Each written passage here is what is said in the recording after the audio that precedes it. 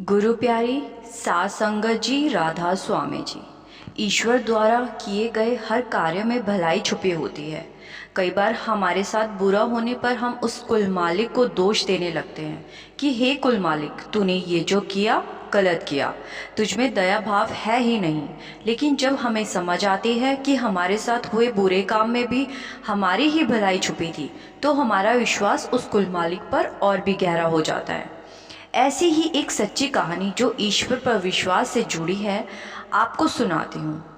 आपसे विनती है जी, शुरू से अंत तक पूरा ज़रूर सुने, जिससे आप इसका अर्थ समझ पाओगे। एक सत्संगी भाई को अपने कुल मालिक, अपने सतगुरु पर पूरा भरोसा, पूरा विश्वास था।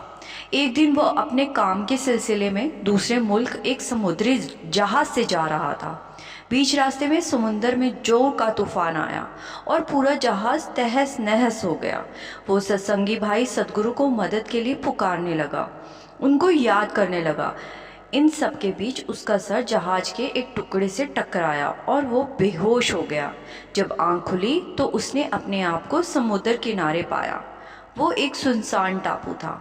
उसने कुल मालिक का शुक्राना किया, सतगुरु ने उसकी जान बचा ली थी। फिर उसने सतगुरु को बोला, हे सतगुरु, आपने जान तो बचा ली, अब मुझे इस टापू से निकलने का रास्ता भी दिखाओ। उसने बहुत कोशिश की वहाँ से निकलने की, लेकिन कोई मदद नहीं आई। हार कर उसने सोचा, अब तो यही जीवन काटना पड़ेगा। उसने घास फूस इकट्ठा किया और रहने लायक एक झोपड़ी बना ली।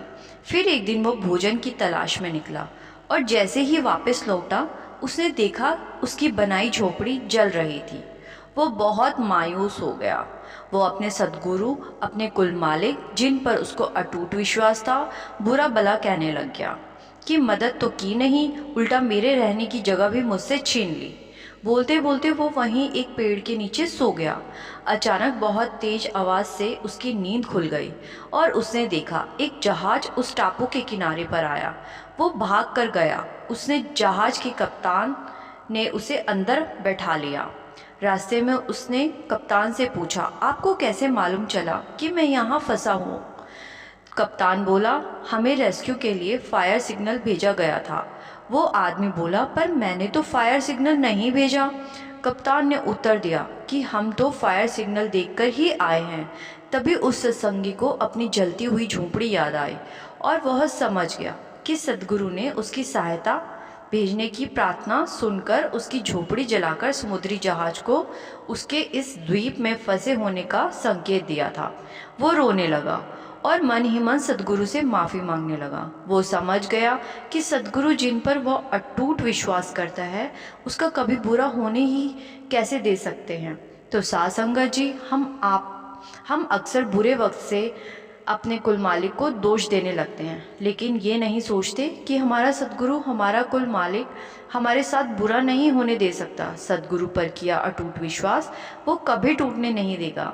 बुरा वक्त सबका आता है, इसका मतलब ये नहीं कि अपने कुल मालिक पर विश्वास करना छोड़ दूँ। जैसे हर रात के बाद एक सवेरा होता है, वैसे ही हर बुरे वक्त के बाद अच्छा वक्त आता है। हमें अपने सद्गुरु, अपने कुल मालिक पर विश्वास और सब्र करना चाहिए। इसी के साथ आपसे विदा लेती हूँ।